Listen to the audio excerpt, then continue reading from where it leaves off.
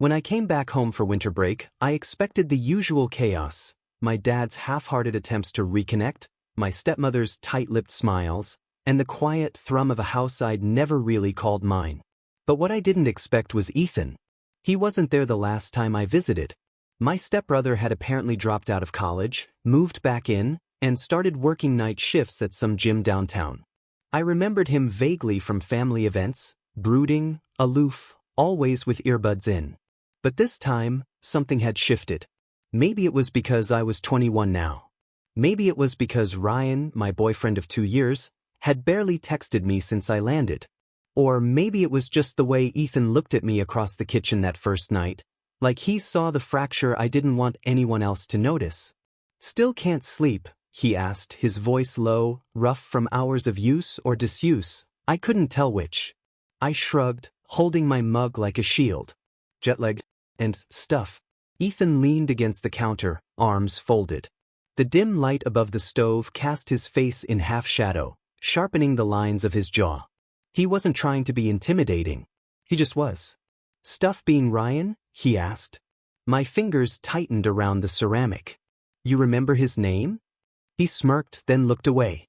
"You talk about him a lot. Or used to." I didn't reply. Not because he was wrong, but because he was too right. The kitchen at 2 a.m. had become our unspoken truce zone. Every night for the past week, I'd wandered down for something to distract me from the silence upstairs, and every night Ethan had been there, always just having come back from work, shirt clinging to his skin, microwave humming as he reheated leftovers. We never planned to meet, but we always did. "You ever think he's not the one?" Ethan asked one night, cracking open a soda and tossing me a glance that felt too careful. "He's just stressed," I replied reflexively. Ethan didn't push. He rarely did. He'd drop a thought like a pebble into a pond and watch the ripples, never diving in. But I kept thinking about that question.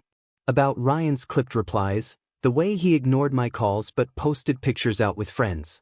About how I'd started lying to myself before I even realized it. One night, after a particularly cold phone call, where Ryan said he might not be able to make time to see me over New Year's, I found myself sitting on the kitchen floor. Not crying. Just empty. Ethan walked in, paused, then sat down next to me without a word. We stayed there in silence for a while, the fridge humming behind us. "I told my mom I hated this house once," he said suddenly. "I was 13. She just nodded and said, 'I know.'" I glanced at him. His expression was unreadable. "Why?" I asked. He looked at me then, really looked, eyes softer than I'd ever seen them. "Because it never felt like anyone actually lived here. Just visited." The words hit harder than I expected. "Same," I murmured. "I always felt like a guest." He nudged my shoulder with his. "Well, cheers to 2 long-term visitors." I smiled. A real one for the first time in days. That became our rhythm. Quiet confessions in the dark. Glances that lingered too long. Jokes that carried something unspoken beneath them. Still, I told myself it was just comfort, just human connection in a house starved of warmth. Until that night. It was just past midnight. I came down for tea, but the kettle was already hot. Ethan was already there. "Figured you'd show," he said, placing a mug in front of me. "You're psychic now?" He smirked. "Predictable. That's all." I rolled my eyes, but I didn't move away when he stepped closer to hand me sugar. His fingers brushed mine, and something in my chest tightened. His eyes searched mine for a second too long. "Ryan call?" he asked, tone too casual. I shook my head. 3 days now." Ethan nodded, jaw tight. He turned to the counter, fists bracing the surface. For a moment, I thought he'd say something biting, something cruel about how I deserved better. Instead, he said, "He's an idiot." I didn't know what made me do it. Blame the silence, the late hour, the loneliness that had burrowed deep in my ribs, but I stepped forward, close enough to feel his body heat, close enough to smell his cologne and the sweat from his shift. "Ethan," I whispered, unsure of what I meant to say. "Maybe nothing at all." He turned slowly, meeting my eyes. The distance between us vanished like breath on glass. For one fragile second, I thought he would kiss me. But he didn't. He only touched my cheek, his thumb warm and steady. You don't have to keep pretending you're okay. My breath caught. Neither of us moved. The kitchen light flickered faintly, casting dancing shadows across the tiled floor. I was sure he could hear my heartbeat. Then he stepped back, just enough to break the spell. Night, he said softly, walking away. I stayed there, staring at the empty doorway, my mug forgotten. And for the first time, I wasn't sure if I wanted Ryan to call. I wasn't sure I cared at all. The silence had changed. Before it was companionable, safe. Now it felt charged, alive, like something unsaid was pressing at the walls, waiting to burst through the seams. And I couldn't stop thinking about the way Ethan's fingers had felt against my cheek. Or the way he'd looked at me before walking away, like he was afraid of what he might do if he stayed a second longer. 3 days passed. I didn't go down to the kitchen. 3 days and not a single message from Ryan. I told myself I was giving him space. Told myself relationships had rough patches. But every time my phone buzzed and it wasn't him, something in me wilted a little more. On the third night, I couldn't sleep. I lay there, the sheets twisted around my legs, the air too heavy. My chest ached, not from heartbreak exactly, but from the hollow that was growing inside it. I got up and padded downstairs barefoot, driven by nothing more than the need to be anywhere else. The kitchen light was off this time, but I could see the glow of the fridge as someone opened it. It was Ethan. He didn't jump or flinch when I walked in. Just straightened, a carton of orange juice in hand, and gave me a nod. Didn't think I'd see you down here again. Didn't think I'd be here either, I admitted, folding my arms across my chest. But insomnia wins. He closed the fridge. The glow faded, leaving us in the soft yellow haze from the stove light. It made the room feel smaller, more intimate, like the world had shrunk to just this space. You okay? He asked, leaning back against the counter. I shook my head slowly. No, not really. He didn't say anything. Just poured 2 glasses of juice, handed me one, and gestured for me to sit. We took our usual places, opposite ends of the kitchen table. Only tonight, it felt wrong. Too far. I think Ryan's seeing someone else, I said after a long pause. My voice didn't shake. It surprised me. Ethan tilted his head, watching me carefully. What makes you say that? I showed him the texts. Short, delayed responses. A blurry photo from a party that Ryan hadn't mentioned. A girl's arm around his shoulders. Maybe it was nothing. Or maybe it was the confirmation I'd been waiting for to admit what I already knew. Ethan didn't insult him. Didn't tell me I deserved better. He just leaned forward, elbows on the table, eyes locked on mine. Do you still love him? He asked. I wanted to say yes. Wanted to believe it. But the truth hung in the air between us, heavy and undeniable. I don't know anymore. That was all it took. Ethan stood up and walked around the table. He didn't ask permission. He just came closer, slowly, like he was giving me time to stop him. I didn't. He crouched in front of me, hands resting lightly on my knees. You don't have to keep trying to fix something that's already broken, he said. I thought we were solid, I whispered. I thought we had something real. Ethan's fingers tightened. Maybe you did. Maybe he didn't. The air was suddenly thick. I could hear my own breathing, loud and uneven. My heart was pounding like a drum in my chest. His hands slid upward, tentative, slow, until it rested against my jaw. My eyes closed at the contact, a soft exhale escaping my lips. Ethan, I started, but I didn't know how to end the sentence. He rose to his feet, leaning down, and his forehead pressed gently to mine. You can tell me to stop. I didn't. Our lips met with the kind of intensity that had been building for weeks. Slow burn turned to wildfire. It wasn't rushed, but it was desperate. Every movement said the things we'd been too afraid to say. I see you. I want you. I shouldn't, but I do. The kiss deepened, and I felt myself letting go, of Ryan, of guilt, of every second I'd spent convincing myself I was okay. Ethan's hands were in my hair, mine on his back, pulling him closer, needing more. We stumbled toward the counter, breaking only long enough to breathe. His voice was hoarse when he spoke. Tell me this isn't just because of him. It's not, I said without hesitation. It's because of you. That broke something in him. There was hunger in the way he touched me now, but it was threaded with something softer, something like awe. Like he couldn't believe this was real. I lost track of time. The world narrowed to lips, hands, breath. Everything was heat and want and reckless permission. And then, the microwave beeped. A stupid, everyday sound, but it shattered the spell. We pulled apart, both of us breathing hard, eyes wide. Ethan looked at me like he was afraid he'd gone too far. Like he was already regretting what just happened. I stepped back first. Not because I wanted to, but because I had to. This, I started. We crossed a line. He nodded, swallowing hard. I know. Neither of us moved. The kitchen suddenly felt too bright, too small, too dangerous. I need to think, I said. He didn't argue. He just nodded again, backing away, running a hand through his hair like he didn't recognize himself anymore. I left my glass of juice on the table and walked out without looking back. Upstairs, in the dark safety of my room, I pressed my fingers to my lips and whispered the words I couldn't say out loud. What have we done? The morning after it happened, I couldn't look at myself in the mirror. The air in the house had changed again, thick with something neither Ethan nor I had words for.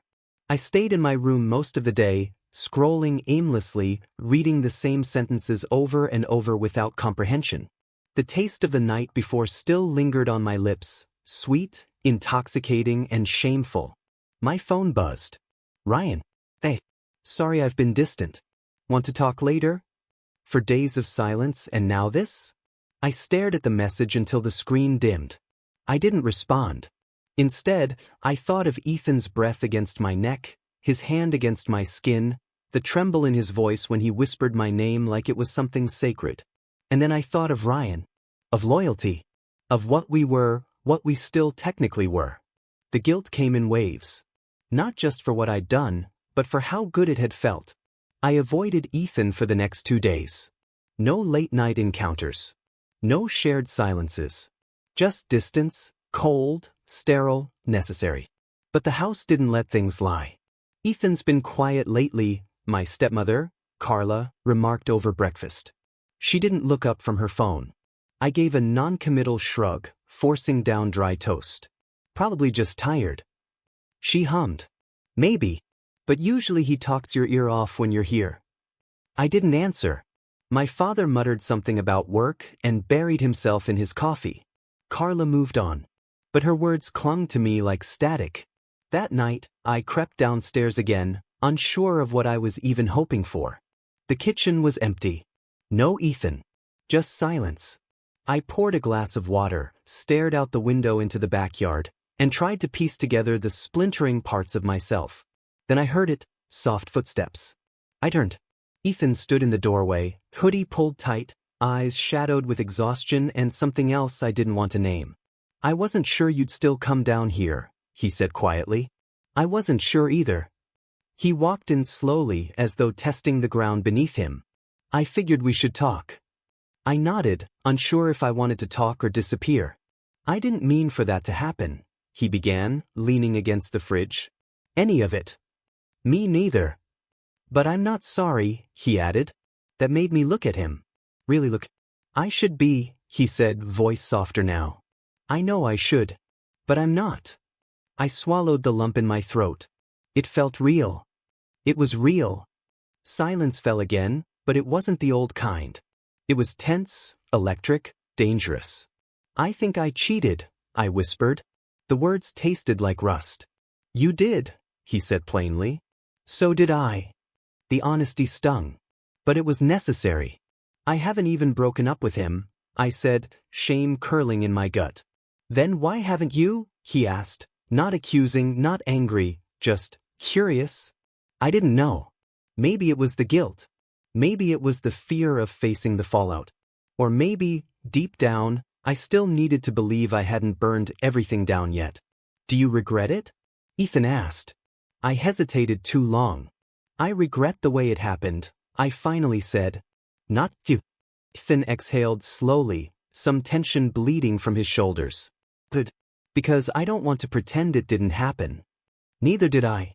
But pretending was the only way to survive under this roof. People get hurt in stories like ours, I said. They already are, he replied. I left before things could unravel again. I had no plan. No answers. Just the heaviness of a decision I hadn't made yet, pressing on my chest like an anchor. The next day, Ryan called. I didn't pick up. He texted instead. I'm flying out to see you for New Year's. I miss you. My stomach twisted. The timing couldn't have been worse.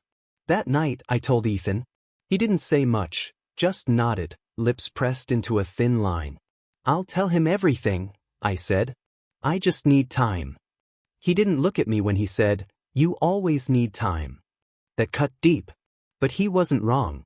That night, lying in bed, I wondered what this said about me. About the kind of person I'd become. Someone who hurt people. Someone who didn't stop when they should have. But I also thought about Ethan. His laugh, the quiet strength in his gaze, the way he'd seen through every lie I told myself.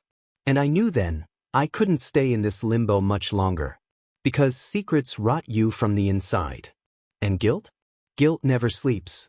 New Year's Eve arrived under a blanket of clouds, thick and gray like the sky couldn't decide if it wanted to cry. I felt the same. Ryan's flight was delayed, an hour, then two. He texted updates, little hearts at the end of each message, like nothing had changed. Like we weren't both standing on the edge of something we couldn't come back from. I sat in the kitchen, elbows on the table, the wood cool beneath my skin. The same kitchen where everything had started. The scene of the crime, if you wanted to call it that. Ethan hadn't been around much since our last conversation. He avoided the shared spaces like they'd become radioactive.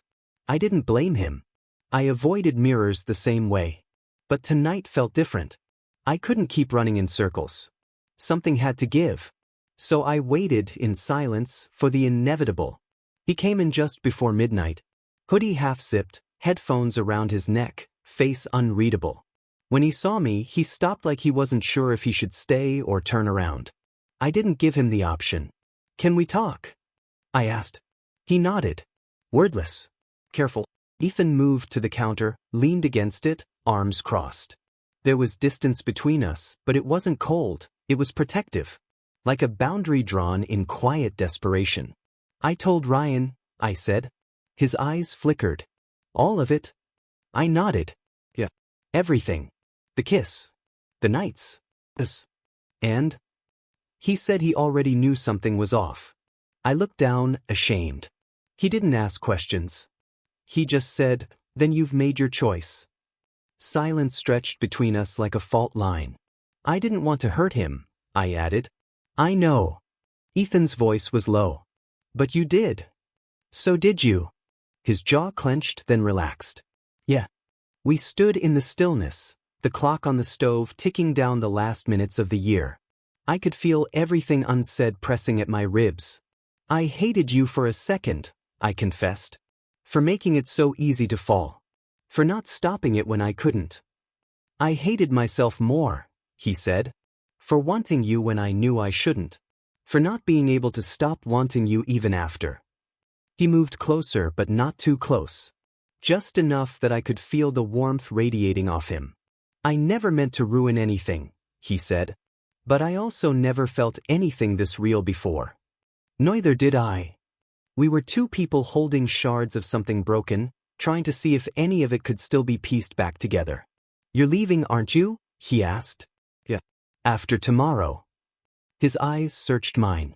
To be with him? No. Not anymore. I took a shaky breath. I don't think I ever really was with him, not in the way I thought. Ethan closed the distance between us then. Not to kiss, not to claim, but just to be close. To witness. To understand. I wasn't supposed to love someone like you, he said. You weren't supposed to be you, I replied. We both smiled, small, sad things. I don't know what happens now, I admitted. Neither do I, he said. But for what it's worth, I don't regret you. Even after all this? Especially after all this. The clock struck midnight. From somewhere outside, fireworks cracked and bloomed, distant and muffled. We stood in the glow of the kitchen light, not touching, not kissing, just being. And somehow, that felt more intimate than anything we'd done before. "Happy New Year," Ethan said softly. "Happy New Year," I whispered back. For a while, we just listened to the celebration outside, a world moving on, ready or not. And maybe, just maybe, we were ready too.